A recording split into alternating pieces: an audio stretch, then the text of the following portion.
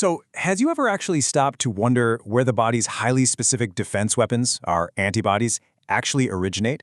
I mean, for over half a century, medical science knew these microscopic assassins were real. They knew they were super abundant in sick individuals and that they homed in on infectious agents with laser precision.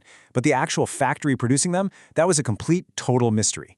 Well, today we're going to unpack exactly how that mystery was finally solved, and we'll look at how these incredibly precise biological weapons actually work to keep us alive every single day.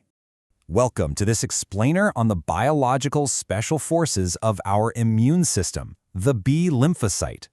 To really get this, you have to think of your immune system as a highly coordinated, incredibly lethal defense agency. And right in the middle of this agency, B cells are the elite operatives. They are entirely responsible for manufacturing the custom-built weaponry that we call antibodies. Section 1. The Mystery of the Bee.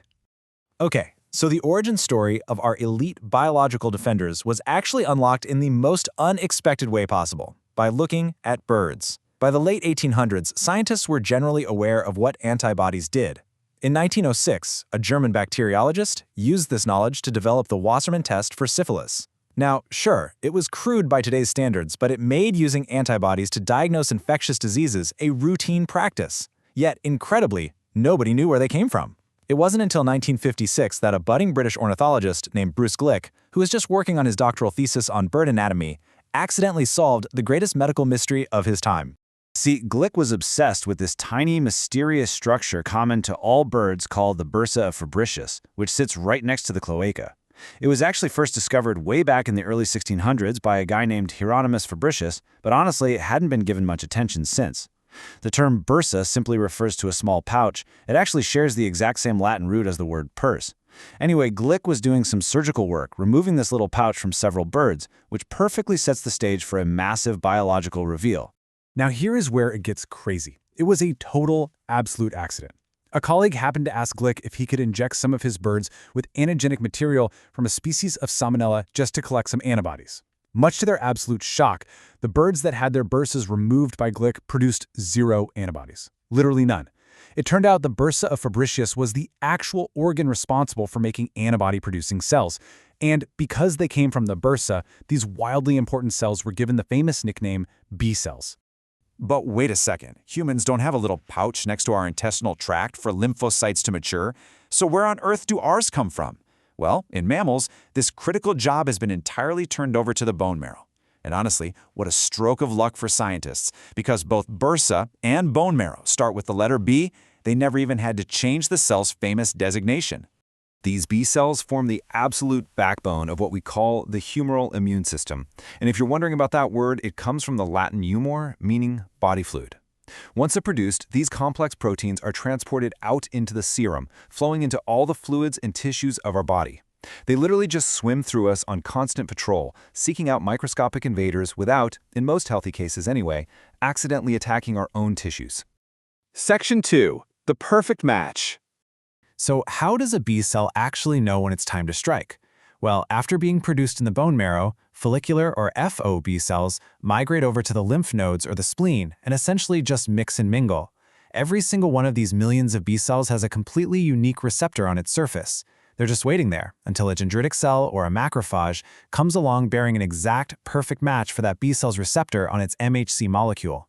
When they finally lock together like a key in a very specific door and a T helper cell provides the right chemical signal, boom, the B cell is triggered to rapidly multiply. But here's the brilliant part. It doesn't just blindly clone itself. It starts cranking out its unique receptor, but now attached to a molecular stem. This complex right here, the stem plus the receptor, is what we call an antibody. The T helper cell actually acts like a commander, directing which proper anchor stem molecule should be used depending on the specific job that needs getting done. And unlike T cells, which hold onto their receptors, B cells just let these antibodies go, launching them out to penetrate human tissue and hunt down the enemy. Section 3. The Antibody Arsenal. This beautifully illustrates how the body equips its special forces with completely different payloads for completely different missions. For example, if you happen to have a parasite, the T cell signals the B cell to attach an IgE stem. These link parasite antigens directly to mast cells and basophils, which initiates a vicious chemical cascade to destroy the invader. If it's a systemic threat, signals are sent to create IgG, IgM, or IgD antibodies instead. And then, of course, there is IgA, which stands guard over our respiratory and gastrointestinal tracts. Once these antibodies actually find their unique target, they can take it out in a few different ways. Some are neutralizing, meaning they literally hook onto a microbial protein and jam its machinery so it completely stops working. Others link up to the complement system, and some perform a process called opsonization, which literally translates to assist with eating. It basically tags the microbe like a giant neon sign, bringing it right to a neutrophil so the phagocyte can easily engulf and just devour the invader. But a truly unique weapon in this whole arsenal is the IgA class. These are secretory antibodies. Unlike the others, they don't circulate in your bloodstream at all. They are released straight into the respiratory and gastrointestinal tracts to neutralize a bug before it even gets a foot in the door, and then they're just eliminated. Because they operate totally alone as lone rangers and don't need to dock to a human cell, they physically lack the molecular docking stem, known as the Fc portion, that all those standard antibodies have. Section 4. Building immune memory.